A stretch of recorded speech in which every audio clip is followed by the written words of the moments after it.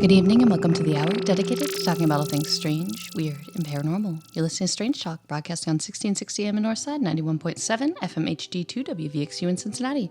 We're also streaming at radioartifact.com around the entire planet Earth. The intro track to this episode and most of our episodes is the Strange Talk intro by Star Silk.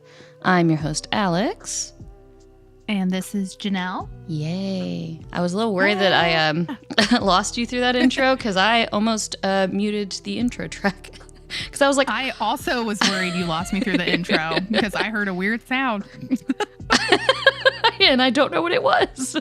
I don't know either. I'm just chalking it up to weird. We're having a weird day. It's just a weird vibe.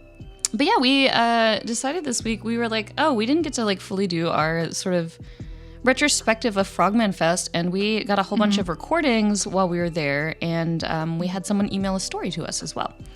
So we wanted to kind of go through that. I feel like we've talked about Frogman kind of like a little bit. Do you think there's anything that we haven't mentioned that we probably should have talked about? No one tried for the leapfrogging record, so no, that is still out there. If you all remember that episode, we can still try. Alex and I did not get a chance to try for it.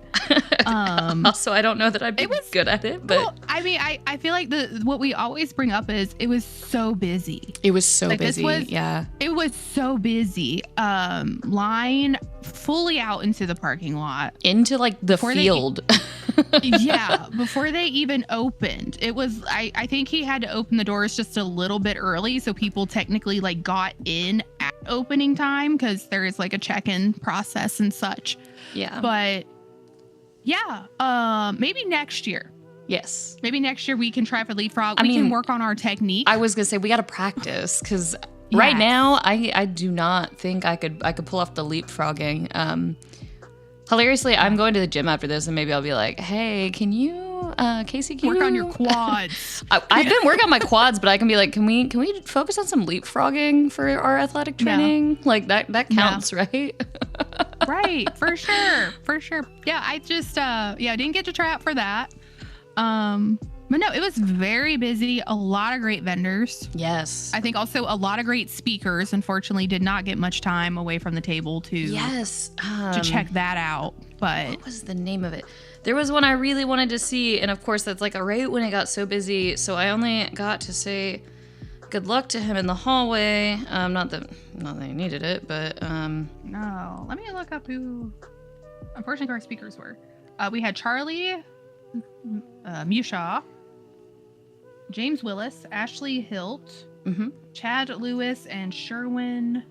Yeah, Sherwin. What was the name? Because his was focusing on cryptids. Where is the name of this? I got you.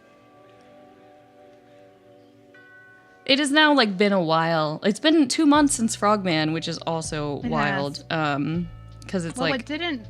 What didn't help was I got the flu, and that Oh my God, took me out for about a month. You did, yeah. And then I did not get the flu from Frogman. Let me clarify that. This happened after Frogman. Frogman was fine. Chugging like emergency and liquid IV at Frogman. We were prepared this time.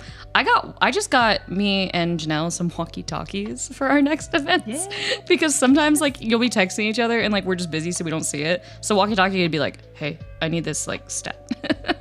I'm not gonna lie. I am just thinking about getting like an earpiece for it. So I did get earpieces. That way we're not saying anything weird.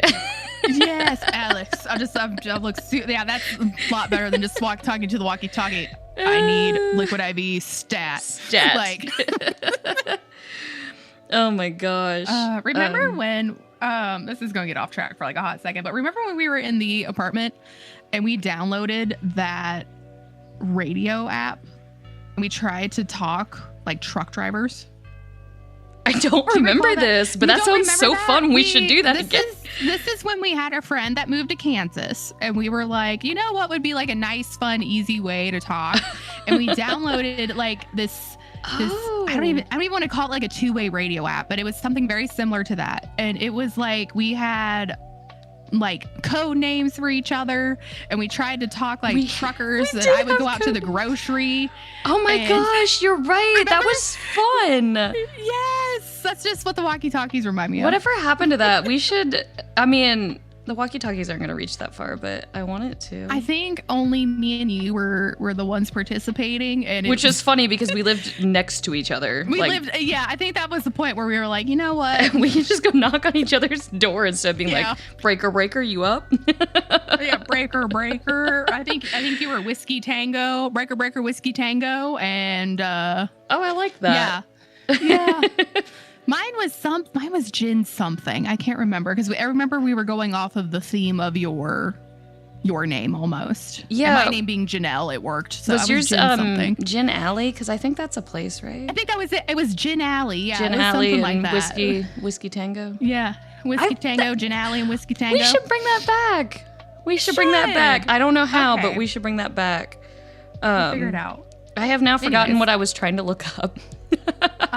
The topics of the speakers of Frogman Fest. Yes, I was trying to find the graphic of that, and I don't know why I'm struggling to find that in my email. Because there was a lot of really good ones, and I'm really sad that I didn't get to see them. A lot of great speakers. There were a lot of vendors there as well that I feel like were new. I have not seen them at Frogman Past. There was a great tea company. I don't recall seeing them, but like I said, I feel like the vendors are always... It was, Sherwin's talk was on Filipino monsters of lower mythology. That's why I didn't want to get the name wrong. That was it. Lower mythology. Yes. And Ashley's was on Death and Aliens, a live investigation breakdown, which is super fun. And James Willis did 2 talks. One of them was Be It Frog or Be It Man, timeline of Frogman sightings. And then his second talk was The Strange and Spooky World of James A. Willis. And Charlie's talk was on lizards, frogs, and other slimy cryptids. Oh, and Chad's was UFOs, cryptids, and exploring possible correlations. This is what happens when you read them out of order. yeah, that's fair. But yeah, there was like so many good ones, and I really, really wanted to see them all. But we were at our table, and we were busy. But we got some really cool stories for you all.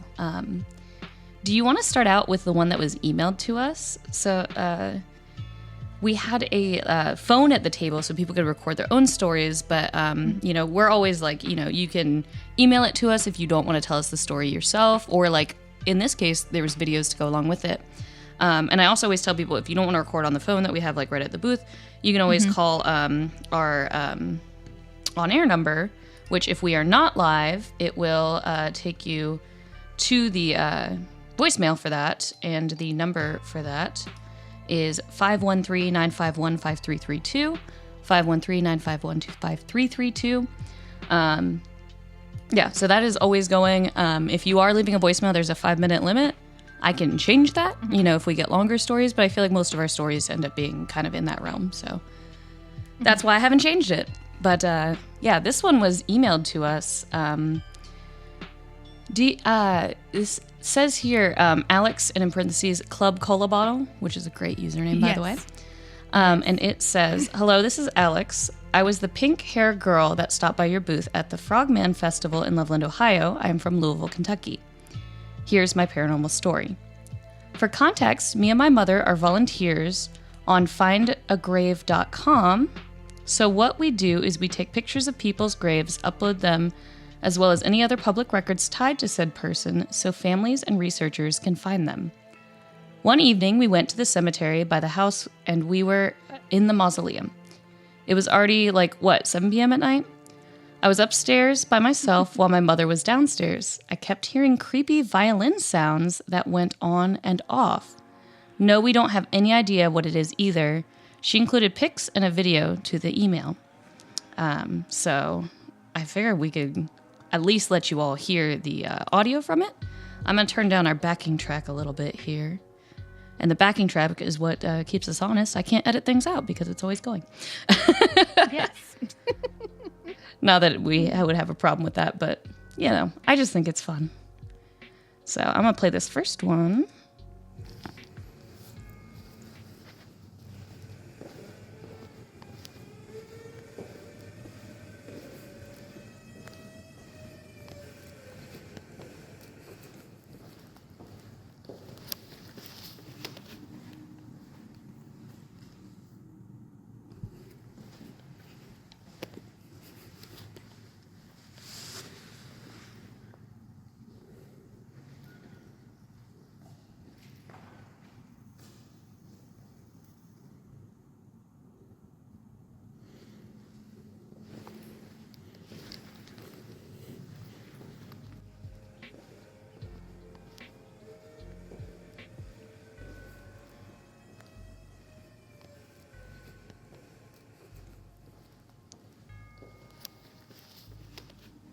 And so what you're hearing there is them walking around, but you hear this in the background, which is not coming from the backing track.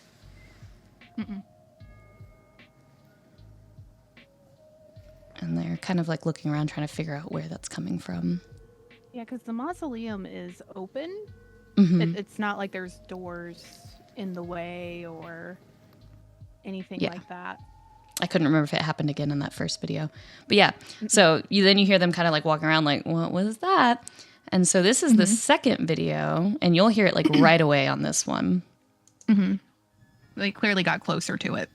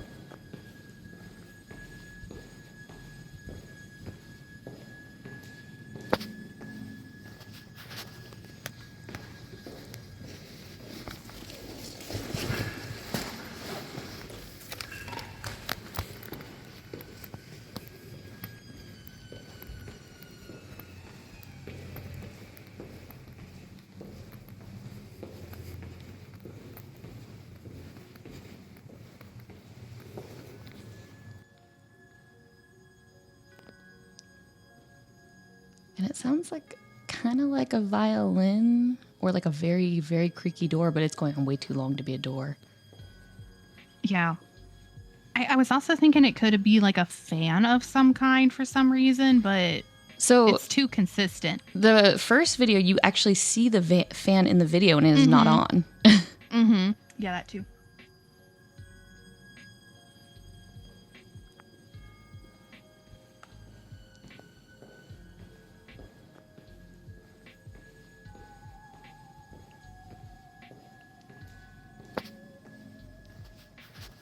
Yeah, and you can tell they're walking around trying to figure out where that noise is originating from. Mm-hmm. Now they're grabbing their bag. Mm-hmm. It looks like. Turning back down the hall where you hear it louder. And then it stops. Yep. Right as They grab the bag and go back to that direction. Mm-hmm. So yeah, and you don't hear any vehicles either, because I know sometimes if your like a belt is like going out, it can make that noise. I know because this has happened to me. First-hand experience. But yeah, you don't hear like a vehicle or anything else that it could possibly be, you know. So very interesting. Yeah, that one's very interesting. So thank you so much for sharing that with us. Mm-hmm. My only like thank you, Alyx. Trying to like rationalize that is I'm like, maybe it was like because like when bodies decompose, they release gases. So I was thinking like that's the only thing I could think of that could explain that noise. But potentially, but I would think by that point, yeah, you would think they're already, you know, they've already been involved in such. So I would think that would be out of there. Yes. So yeah, it's very interesting, and it is almost throughout. Definitely like stronger in a certain area. Yeah, that's why I thought was interesting. That's was my only thought of why that might be coming from. That is like, oh, it's louder in a specific area, but it is interesting how it stops and starts like that. Mm-hmm. Very, very interesting. Yeah, that was the only one that we had written in. I think we had a good amount though that people shared with us through the telephone. Yes. You know, we were very much encouraging people to do that. We we had quite a few people tell us their stories in person, and unfortunately with that, you know, memories lapse. And we were like, please though, share. I love in-person stories. Sure.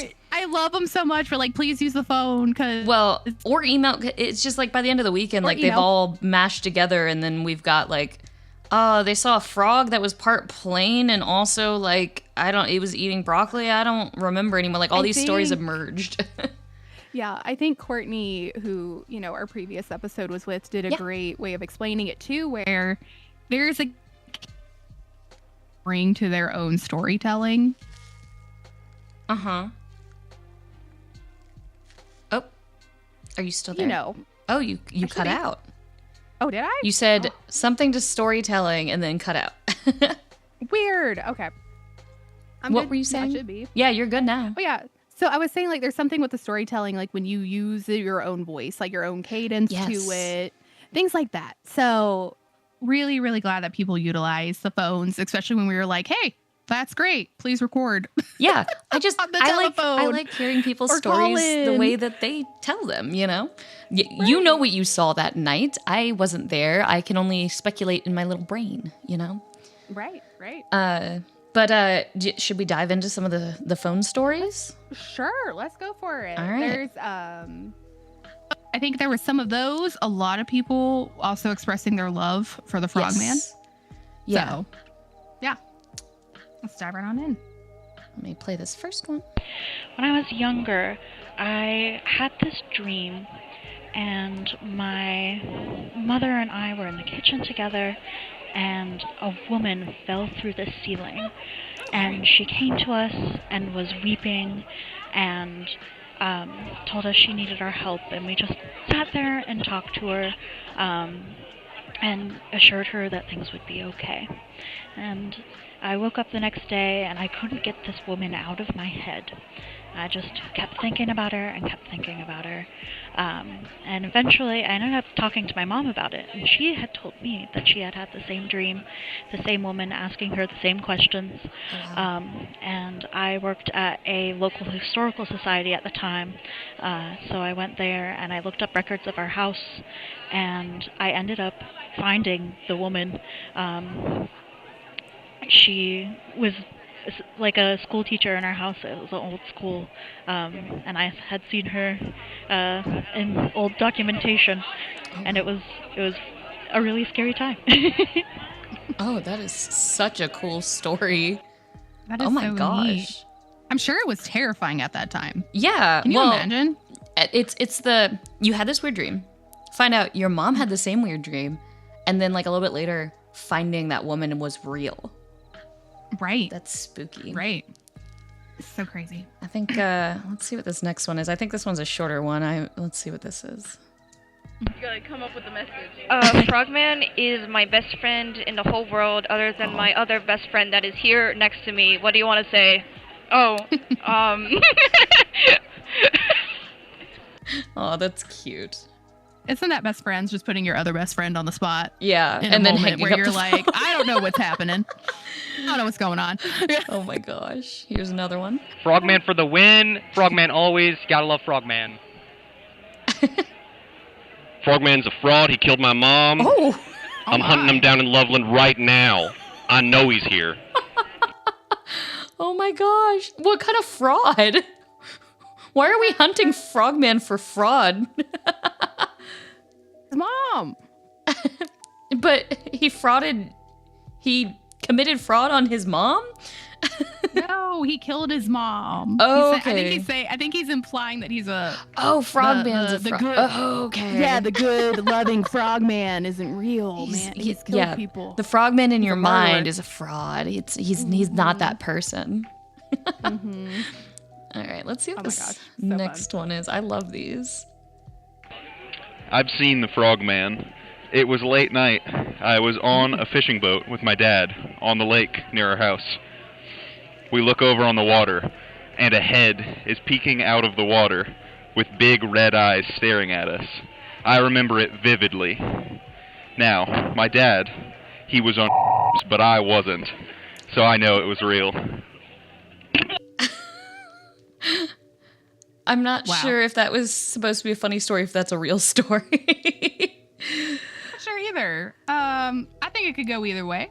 I think that's a 50-50. If that is a real story, I would love to know more about like what Frogman looked like. Mm-hmm. Mm-hmm. I think that's the first time I've heard of him described with red eyes. Yeah. I mean, Maybe the reflection? Yeah, it could be of the the light? reflection. Could be like how muddy the water is, maybe. Ooh, true. Yeah. Let's see this next one.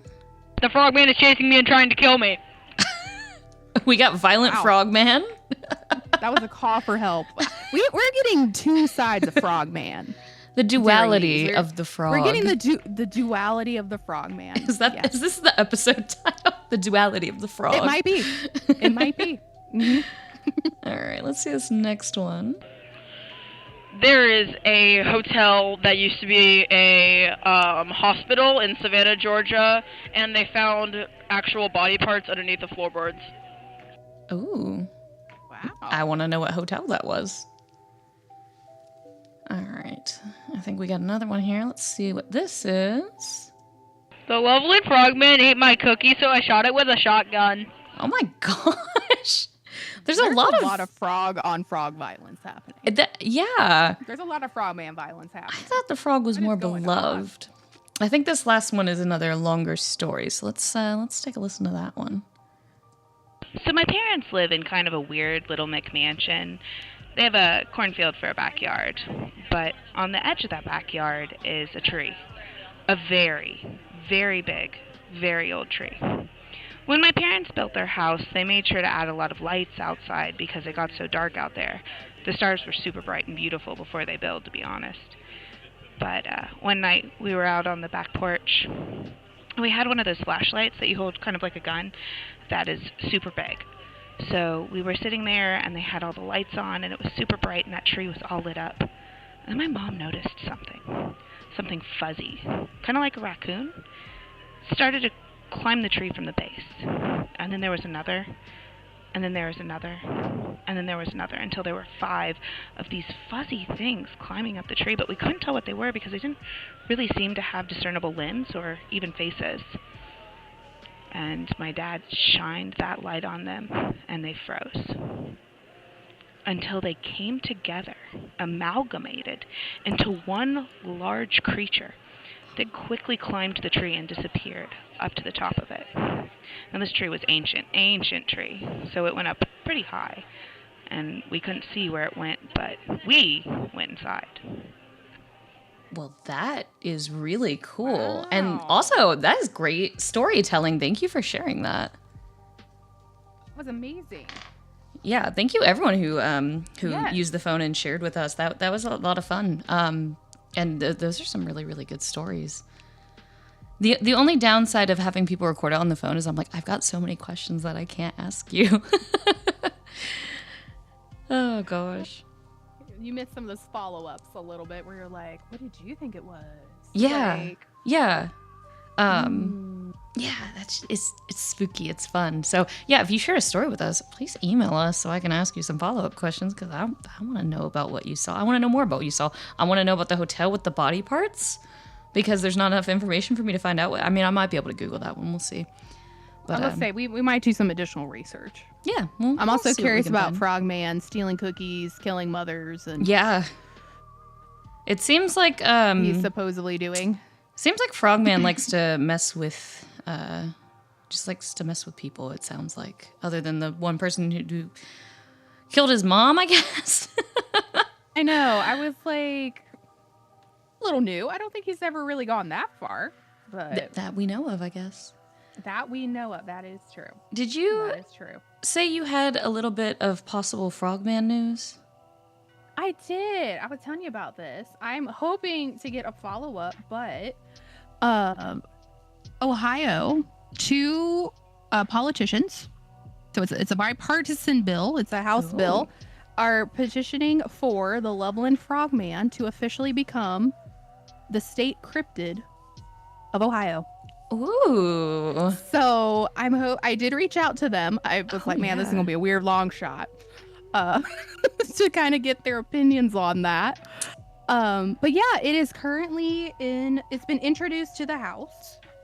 This is of course like the state, house, not country house, but we're just emailing politicians and other random I'm just states, curious. But yeah, so this is for the state house and it has been introduced. I have been trying to follow up with it. As crazy as that sounds, I'm like, what's going on? We might dive more into this later, but I do have what the actual bill is proposing and why. Yeah. But yeah, this is to be enacted by the General Assembly of the state of Ohio. And it is in response to the legendary and beloved ambition. Oh, you're cutting out there. Legendary and beloved. Oh no. Are you there? Am I back again? Yes, you're back again. Let me try, I've discontinued sharing my screen to see if that helps any. I'm like, I wonder if Discord... Yeah, you're kind of cutting in and out, but I'm hearing you again.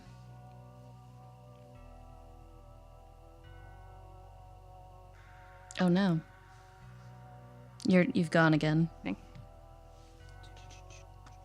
Well, I hear you going. Thanks. I think you're back. Yeah, I think you're back. I might have to share this story later. Well, we'll save it. We'll save it. Yeah. Okay. Maybe. Yeah. We'll wait and see if we get more details. We'll wait and see if we get more. Maybe I'll hear back from the people proposing it. Yeah. We'll give it maybe like a week or two. I mean, yeah. But yeah. To come later, the Loveland Frogman might officially become our state cryptid. I also thought it was crazy that apparently that is something our government votes on. Yeah. So how do we vote on that? And how do we know more? I just want to know more. I want to know who says no. Oh, evil people, non-believers. I just want to know in the voting. I want to be like, why did you say no? Who is your proposed better option? Me. Vote for me for Ohio State Cryptid. Vote just no, for please. Alex, who lives in a different state. Yeah. Listen, Ohio's local I was getting a little cryptid. bit too famous as a cryptid in Ohio, so I had to, spread relocate? the lurking around. Yes, I'm also thinking as maybe part of this continuation is, clearly other states have official state cryptids that their government have voted. Maybe discussing those. But there is one state that does not have a cryptid. Ohio is now officially on the list with this proposal. Of at least trying to get one. Trying to get one, exactly. They're considering it as like, hey, they at least have an option. Yeah, we're working on it. They're working on it. So Ohio and one other state did not have an official one, and that means if this goes through, there is still one state that does not have a cryptid. Who is it? That is being proposed. Yeah. What I state want to know, is like, it? who do you think? Who do you think it could be? Is it Hawaii? I feel like they've got so many like creatures, but I don't know if they've got a state. I don't know if they haven't actually proposed a state cryptid, and they do not have a cryptid. Okay. So all the other states do have one. Some of them might surprise you. Who they I are. can imagine, yeah. Well, we'll have to do a follow-up on that when we get more information about our bid to make Frogman our cryptid, and we can go through maybe the state cryptid from the other states, and maybe we'll play a little guessing game and see if we can guess the state cryptid. Yes, that'd be fun. Yeah. Yeah, because like I said, some of them too, I was like, I should know this, and my brain just wasn't. It wasn't working. I'll tell you that. So. Yeah. So, for the other half of this episode, since we just wanted to conclude all of our Frogman stuff and get to actually talk into it, the other half of this episode, I've been making these videos on our YouTube page from like the events that we go to and stuff like that. Mm-hmm. So I've been writing these voiceovers for it. So the other half of this episode will be that I will hopefully be able to turn into a video from Frogman Fest. It was so busy that I don't know how much I got to film.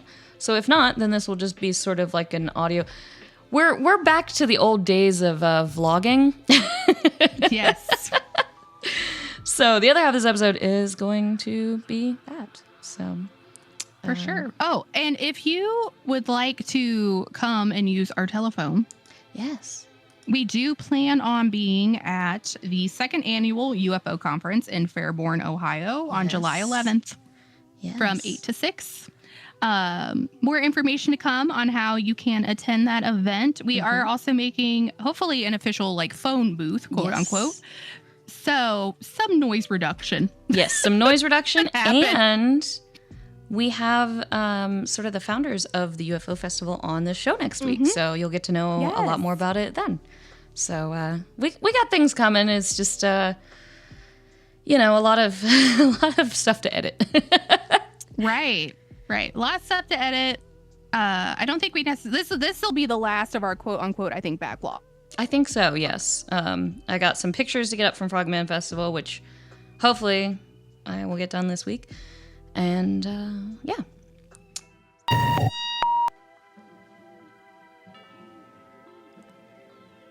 There are places that feel like they're waiting for you. Not loudly, not dramatically, just patient. Loveland, Ohio is one of those places. Maybe it's because I grew up here, or maybe it's because of the stories. Whispered, joked about, sworn to be true. Or maybe it's because once a year, this town leans all the way into the strange and throws a festival for the Frogman. This year, Frogman Festival felt different in the best way. Bigger, louder, fuller, and somehow more personal too. The drive-in always feels like a threshold. You see the familiar version of the world, gas stations, strip malls, the ordinary. But it slips into something a little more myth-shaped. Billboards give ways to trees. Road noises soften. And somewhere between mile markers, you start thinking about things that don't quite fit in daylight conversations. By the time you hit Loveland, the air feels charged, almost visceral. And the Frogman Festival isn't just an event, it's a gathering point. A place where believers, skeptics, storytellers, and the just curious all meet in the same room and agree, at least for a weekend, to take the strange seriously. Or at least seriously enough. This year, the energy was immediate. From the moment we started setting up the booth, people were already drifting in. Some familiar faces, some brand new, all carrying their own stories. And that's the thing about this festival. Everyone shows up with something. A memory, a sighting, a question they've never quite gotten an answer to. So for us, setting up always feels like building a little beacon, a way for people to find us, or maybe a place for the strange to find them. And as the doors opened fully, the room filled in around us. Our table became more like a little island in the sea of stories. Cosplayers lurked through the crowd, all kinds of frogmen, mothmen, things with glowing eyes and handmade wings.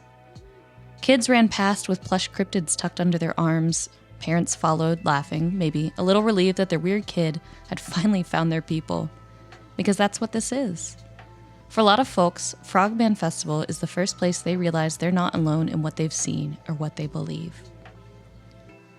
Growing up in Loveland, the Frogman wasn't just a legend, it was part of the background chatter of childhood.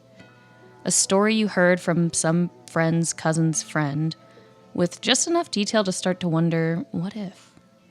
What if someone really did see something by the river? What if that shape in the dark wasn't just a trick of the light? What if there's more than just coyotes in the woods by the Little Miami? What if the story stuck around because there was something to it? At the festival, those questions don't feel out of place. They feel welcomed. Panels this year dove deep. A timeline of the sightings, investigation breakdowns, Filipino monsters of lower mythology, and the ever-blurry line between misidentification and mystery. You could hear people talking afterwards, mumbling to themselves like they were quietly checking their own experiences against what they were hearing. And there's a kind of electricity that happens in those moments. When someone tells a story that sounds just a little too familiar, when heads start to nod, when the distance between "that's impossible" and "that happened to me too" gets a little smaller. Back at our booth, the conversations never really stopped. We had people sharing dreams and encounters, stories about furry amalgamations in the woods, shapes moving where nothing should be, that feeling of being watched, not in a threatening way, just observed. And then, of course, there were the lighter moments. People laughing over Frogman's physique, trying to out-weird each other by comparing local cryptids like the squonk, pointing out their favorite costumes like it was a competition no one actually wanted to win. I lost count of how many incredible looks we saw. Every year, the creativity somehow levels up. Handmade fursuits, glowing details, full character performances. People don't just dress up here, they become something. And honestly, that transformation feels kind of sacred. A way of stepping into the story instead of just hearing it. There were quieter moments too. The kind you don't always catch unless you're looking for them. A parent explaining the legend to their kid for the first time. A group of friends sitting off to the side comparing notes on something they saw years ago. Someone holding a piece of merch a little longer than necessary, like they're deciding if it means something. And every now and then, you'd catch that feeling again, the one that lingers around Loveland. Like the story isn't just being told, it's listening back. For me, coming back here always feels like closing a loop. This is where the curiosity started, where the questions first took root. And now, standing behind a booth, talking to people who are just beginning that same journey, it's a little surreal, in the best way. An untimely fog machine-induced fire alarm wreaked some havoc and thinned the crowds towards the end of the day. And the timing worked out great for me because I actually wore the soles of my boots out running around the oasis. And as the day wound down, the energy shifted. Less chaotic, more reflective. People lingered, not quite ready to leave yet. Like stepping outside meant stepping back into a world that might not believe them the same way. Night at Frogman Festival hits differently. Even if the event itself is indoors, you feel the outside.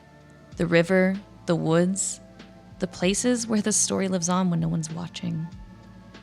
And maybe that's the point. Frogman Festival isn't about proving anything. It's not about solving the mystery. It's about holding space for it. Letting the story exist in all its weird, contradictory, fascinating forms. And by the end of the weekend, we were exhausted.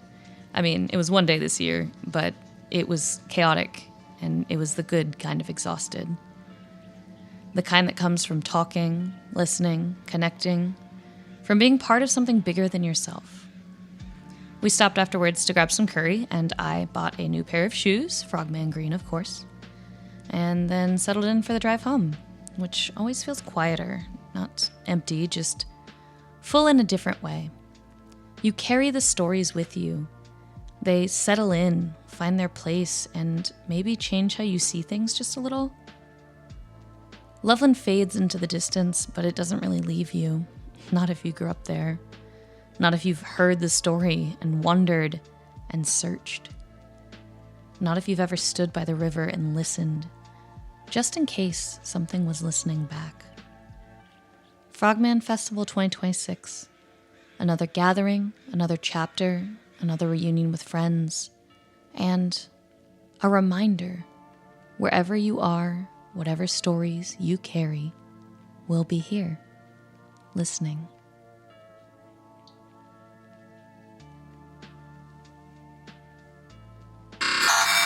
So on that note, I think we're good to go ahead and sign off from Straight Talk for tonight. So good night. And good luck.